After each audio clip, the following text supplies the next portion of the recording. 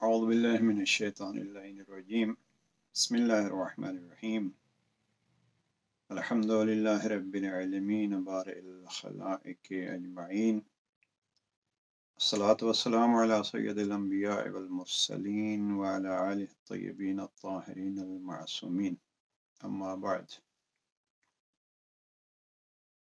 زندگی کی مشکلات اور نہج البلاغہ سے اس کا حل کے عنوان سے ہمارا یہ چوتھا سیشن جاری ہے۔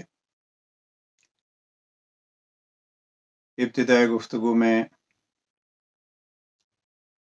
یہ گزارش کرتا چلوں کہ بعض اوقات ہماری طبیعتیں ایسی بن جاتی ہیں کہ ہم زندگیوں کے حل کی تلاش میں ساری زندگی گزار دیتے ہیں۔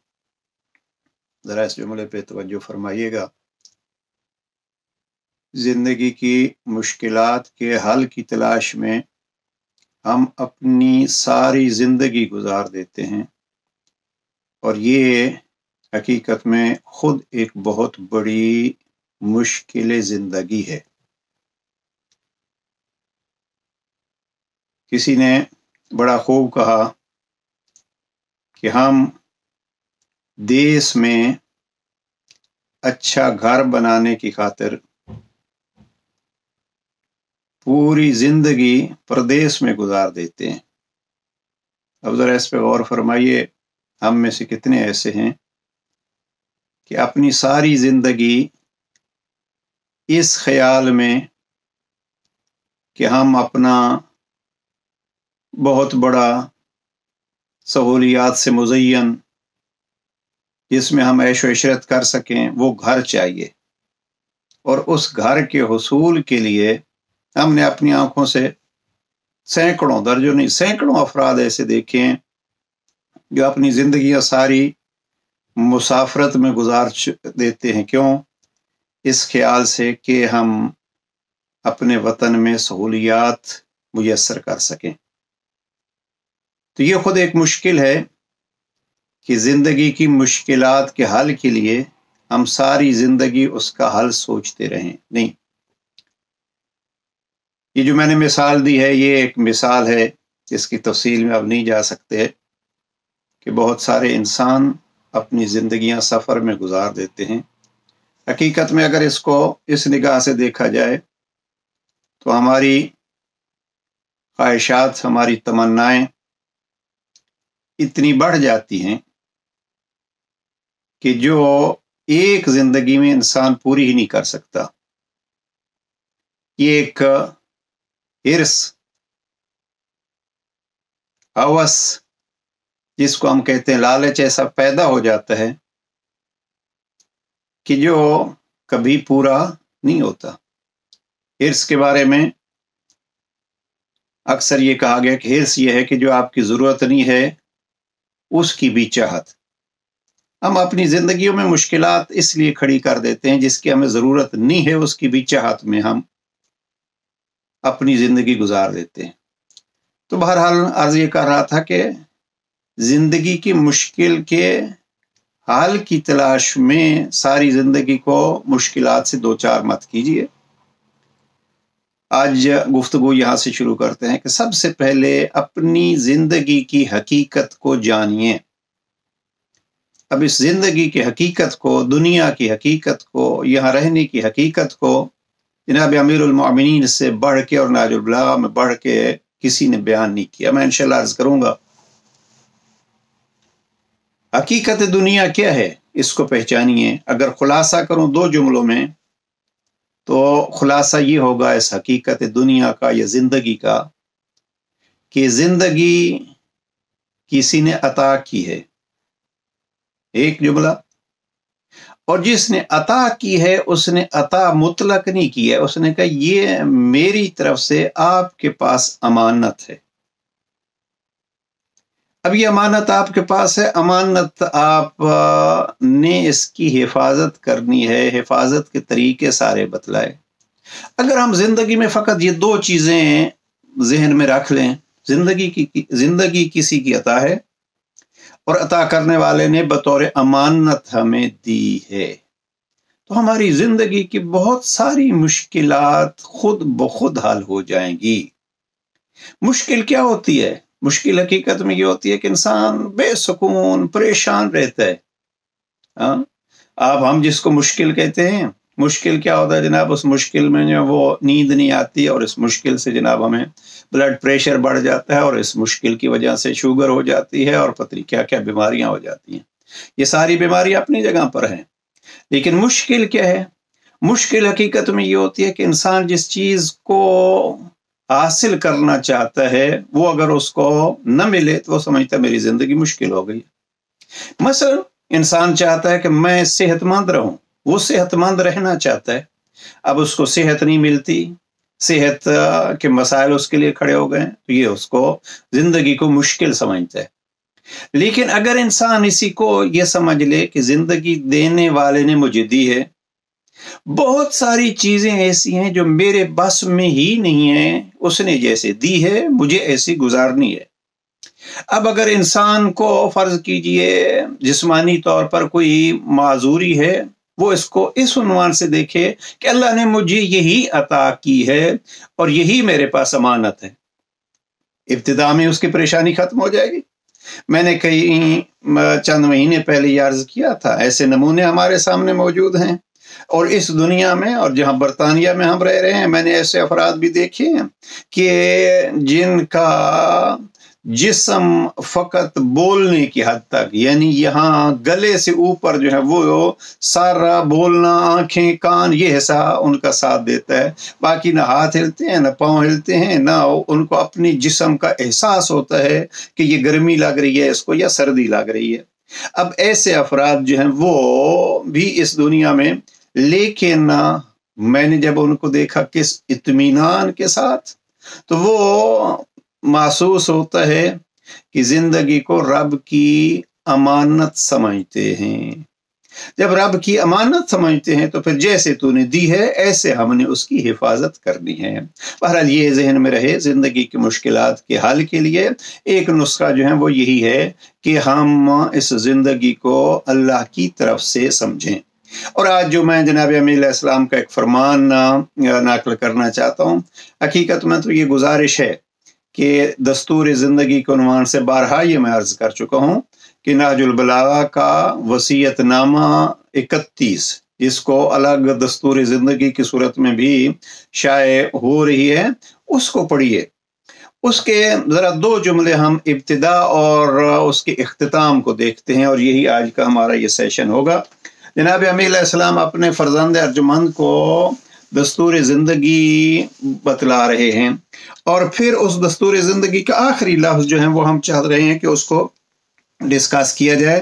امام فرماتے ہیں استودع اللہ دینک و دنیاک، بس یہ 4 لفظوں کا جملہ ہے، اگر ہم اس کو سنبھال لیں، اپنی زندگیوں میں اپنے لیے ایک اصول بنا لیں، تو میرے خیال میں ساری مشکلات جو ہیں وہ حل ہو سکتی ہیں۔ اور وہ کیا ہے؟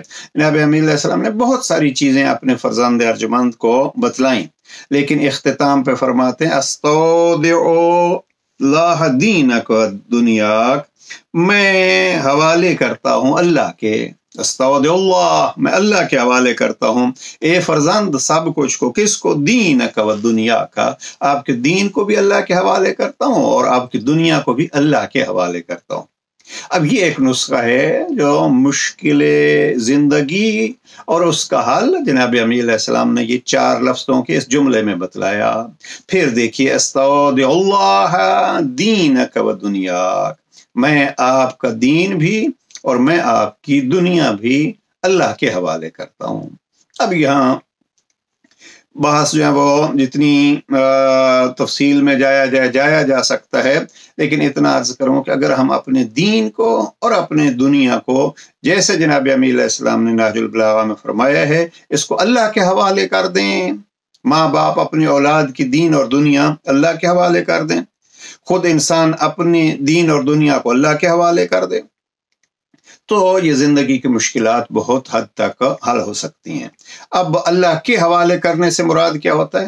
اللہ کے حوالے سے مراد یہ نہیں ہوتا کہ آنکھیں بند کر کے سو جائیں ہم، نہیں، اللہ کے حوالے سے پھر یہی ہوگا کہ اس نے جو امانت دی ہے، جتنی اس نے ہمیں طاقت دی ہے، اپنی طاقت کے مطابق ہم اس جسم کی، اس زندگی کی، اس عطا پروردگار کی، اس نعمت خداوندی کی حفاظت کریں، اور جہاں ہماری طاقت ختم ہو جاتی ہے پھر کہیں اب ہم نے اپنی طاقت ختم کر لی، اب تو جانے اور تیری ذات جانے، تو یوں زندگی جو ہے وہ سکون ہی سکون ہوگا، اس میں کوئی مشکل آپ کو نہیں ملے گی۔ یعنی میں پھر عرض کر رہا ہوں کہ مشکل جب ہوتے ہیں ہم دنیا والے اس کو مشکل سمجھیں گے، لیکن حقیقت میں اس مشکلات میں بھی گھیر کے وہ سکون میں ہوں گے، اس لیے کہ وہ اپنا فریضہ انجام دے رہے ہیں۔ میں اگر اس کو یا یوں کہوں کہ زندگی ایک جیسے کسی کھیل کا میدان ہے، آپ اکثر کھیل دیکھیے، مثلا آپ اگر دیکھیں فٹ بال کو دیکھیں، آپ ہاکی ہمارے ہاں بہت مشہور ہوتی تھی، ہاکی کو دیکھیں، ایک گول ہوتا ہے اور اس گول میں ایک گول کیپر کھڑا ہوتا ہے۔ ہر کوئی مثلا کرکٹ کوئی لے لیں تو اس کا گول جو ہے وہ قسم کا جو ہے وہ وکٹ ہوتی ہے۔ ہر کھیل میں ایک ہدف ہوتا ہے، کرکٹ میں وہ وکٹ ہدف ہوتی ہے، یا مثلا فٹ بال لیجیے تو وہ گول ہوتا ہے۔ لیکن آپ اگر دقت سے دیکھیں تو ہر کسی کی اپنی اپنی جگہ ہے، اس جگہ پہ ہر کوئی کھڑے ہو کے اپنی ذمہ داری ادا کر رہا ہے۔ ایک یہ ہے زندگی، ایک کھیل ہے، زندگی ایک میدان ہے، اور اسی گیم کی طرح سب سے پہلے تو یہ ہوگا کہ ہماری زندگی میں ایک گول ہونا چاہیے۔ وہ وکٹ کسی کا ہدف ہے، وہ ہاکی ہو یا فٹ بال ہو یا باقی کھیلیں ہوں، وہ گول جس کو ہم کہتے ہیں، یہ گول کا مقصد ہم اگر زندگی میں کیا اپنی زبان میں معنی کریں تو گول کا معنی وہی مقصد ہوگا، یعنی مقصود جو ہے وہ ہے۔ اس مقصود تک پہنچنے کے لیے میں نے کبھی کسی سیشن میں عرض کیا تھا، سب سے پہلا یہ ہے کہ ٹیم ورک ہونا چاہیے تو زندگی آسان ہو جاتی ہے۔ بہرحال جب ٹیم بن جاتی ہے تو پھر زندگی میں مثلا آپ ہر کام زندگی میں ہر آدمی خود تو نہیں کر سکتا، مختلف لوگوں سے اس کو کام لینا ہوتا ہے۔ اس کو یوں سمجھیے کہ یہ ایک میدان ہے، ہر میدان میں ایک کھلاڑی کی اپنی اپنی جگہ ہے، اس کو اپنی جگہ پہ کھڑے ہو کے یا اپنے ایریے میں اپنے حصے میں رہ کے جو ہے وہ اپنی ذمہ داری ادا کرنی ہے۔ اب اگر مثلا فٹ بال میں گول کیپر جو ہے وہ اپنی جگہ چھوڑ دیتا ہے اور وہاں گول ہو جاتا ہے، نقصان ہو جاتا ہے، وہ شکست کھاتا ہے، تو یہ اس کی کمزوری ہوگی۔ لیکن اگر وہ اپنی ڈیوٹی مکمل طور پر انجام دے رہا ہے، کسی اور سے کوتاہی ہوئی تو اس پہ پھر یہ دیکھا جائے گا کہ آیا اس سے کوتاہی ہوئی ہے یا اس کی طاقت ہی اتنی تھی۔ اب مثلا ہر آدمی جو یہ تو نہیں کہہ سکتا کہ میں مثلا اتنی سپیڈ سے ہی بھاگوں گا، ہر کسی کی اپنی اپنی رفتار ہوتی ہے، جتنی اس کی طاقت ہے اس میں اگر کوتاہی کرتا ہے تو یہ کوتاہی کہلائے گی، اس میں سستی کرتا ہے تو یہ غلطی کہلائے گی، اور اس پہ اس کو پشیمان ہونا چاہیے، اور یہ چیز نہیں ہونی چاہیے۔ لیکن ہر آدمی کہے کہ میری سپیڈ مثلا اتنے میل فی گھنٹہ ہونی چاہیے اور ہر میدان میں ہی فاتح ہونا چاہیے، مجھے ہی ہونا چاہیے، تو یہ انسانی زندگی کا ایک سسٹم ہی نہیں ہے۔ تو آج یہ کر رہا تھا کہ یہ زندگی جو ہے وہ ایک گول کی مانند ہے۔ اب اس زندگی کو گزارنے کے لیے اور اس مقصد تک پہنچنے کے لیے بہت سارے دوسرے مخالف کھلاڑیوں کے درمیان سے گزرنا پڑتا ہے۔ اور اگر آپ میدان کو ہی دیکھیں تو کبھی کبھی ہم نے یہ بھی دیکھیں کہ مثلا فٹ بال کا جو پلیئر ہے وہ مخالف کی گول کی طرف بال پھینکنے کے بجائے اپنے گول کی طرف یا پیچھے کی طرف جو ہے وہ گول پھینک رہا ہوتا، فٹ بال پھینک رہا ہوتا ہے۔ کیوں؟ یہ اس لیے کہ اپنے ہدف تک پہنچنے کے لیے کبھی اس کو آگے جانا پڑتا ہے، کبھی دائیں کبھی بائیں کبھی پیچھے۔ تو یہ ساری چیزیں زندگی کا حصہ ہیں۔ اگر کسی مشکل کی وجہ سے کسی کو پیچھے ہٹنا پڑتا ہے، رکنا پڑتا ہے، تو اس کا مقصد یہ نہیں ہے کہ اس کی زندگی بہت مشکلوں میں پھنس گئی ہے، نہیں، بلکہ اس کو اپنی زندگی کی بہتری کے لیے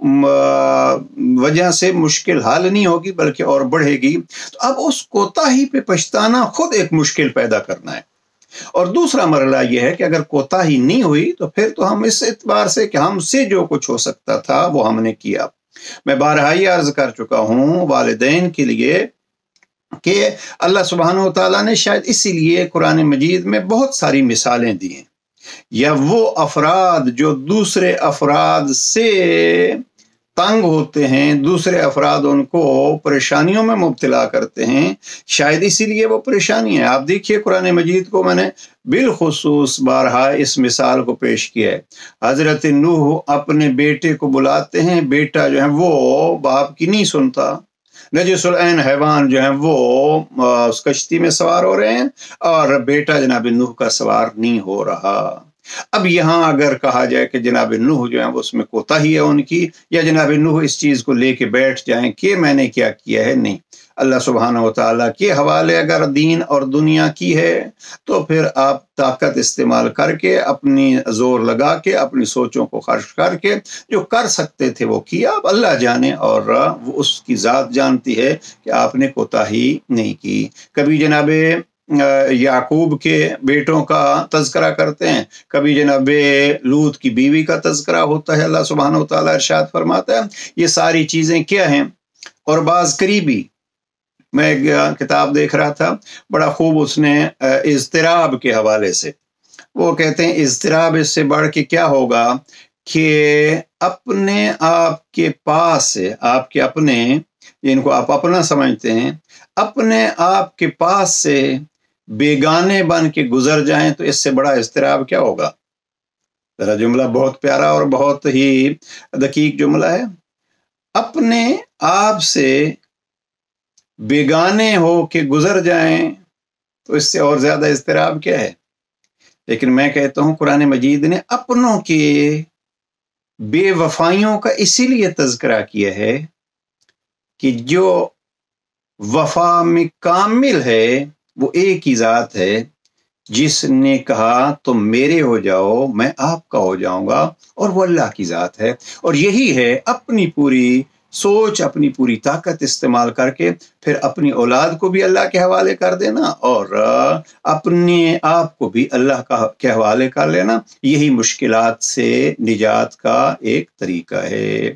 البتہ اب میں بار بار یہ جملہ کہہ رہا ہوں، اپنی طاقت استعمال کر کے ہم کوتاہی نہ کریں۔ تو یہ ہے زندگی کی ایک مشکل۔ کیا ہے زندگی کی مشکل؟ یہ عرض کی ہے کہ ہم اپنی طاقت سے بڑھا کے اپنی تمناؤں کے پاؤں پھیلا دیتے ہیں۔ تو یہ مثال بن جاتی ہے چادر، اپنی تمناؤں کی جو چادر ہے اس سے زیادہ ہم نے پاؤں پھیلا لیے ہیں۔ اب آتے ہیں پلٹ کے، جناب امیر علیہ السلام فرماتے ہیں میں آپ کا دین اور آپ کی دنیا اللہ کے سپرد کرتا ہوں۔ تو جب زندگی کو ہم یہ سمجھیں گے کہ زندگی جو ہے وہ اللہ کی امانت ہے تو ہم اس کو اللہ کی امانت سمجھ کے استعمال کریں گے، اور اس کو ایسے استعمال کریں گے جیسے وہ چاہتا ہے۔ اب وہ کیا چاہتا ہے، اس کے لیے اس نے نسخہ جو ہے وہ دے دیا ہے کہ میں نے آپ کی کو زندگی دی ہے، میں آپ سے زندگی میں کیا چاہتا ہوں۔ باقی یہ زندگی جو ہے وہ اگر تفصیل میں جا سکے تو کوشش کریں گے، آپ فرصت ملے تو یہ خط 31 کو دیکھیے گا۔ جناب امیر علیہ السلام نے خط کی انتہا میں یہ فرمایا ہے، اختتام خط پہ بیٹے کو یہ فرمایا ہے استودع اللہ دینک و دنیاک، میں آپ کے دین اور آپ کی دنیا کو اللہ کے حوالے کرتا ہوں۔ یعنی اس نے دیا ہے، اولاد کی صورت میں نعمت دی ہے، زندگی کی صورت میں نعمت دی ہے، اس نے دیا ہے، ہم اس کو اسی کے حوالے کرتے ہیں، جیسے یعنی اس نے کہا ایسے خرچ کرتے ہیں۔ اب اس کے لیے مشکلات کیا ہوتی ہیں؟ میں سمجھتا ہوں کہ اگر زندگی کی مشکلات کسی نے سمجھنی ہے تو اس خط 31 میں جناب امیر علیہ السلام نے امام حسن مجتبی علیہ السلام کو ظاہری طور پر تو یہ وصیت لکھ کے دی، لیکن امام نے ہر ایک بشر کے لیے یہ وصیت لکھی ہے۔ اس وصیت میں جو چند چیزیں امام نے اپنے فرزند کے تعارف کے لیے استعمال کی ہیں، یہ ہمارے اس گفتگو کا دوسرا اور آخری مرحلہ ہے۔ اگر فرصت ہوئی تو اسی سے لے کے آگے اگلے سیشن میں ہم چلیں گے۔ جناب امام امیر علیہ السلام نے بیٹے کا تعارف کرایا، اور اس بیٹے کے تعارف میں ساری چیزیں جو ہم زندگی کی مشکلات سمجھتے ہیں یا جن کی وجہ سے زندگی مشکلات میں گھر جاتی ہے ان کو بیان کر دیا ایک ساتھ۔ اب اگر ان چیزوں سے بچا جائے گا تو گویا انسان مشکل سے بچ جائے گا۔ امام فرماتے ہیں کس نے کس کو لکھا؟ من الوالد الفان، یہ فنا ہونے والا باپ جو ہے وہ لکھ رہا ہے۔ کس کو لکھ رہا ہے؟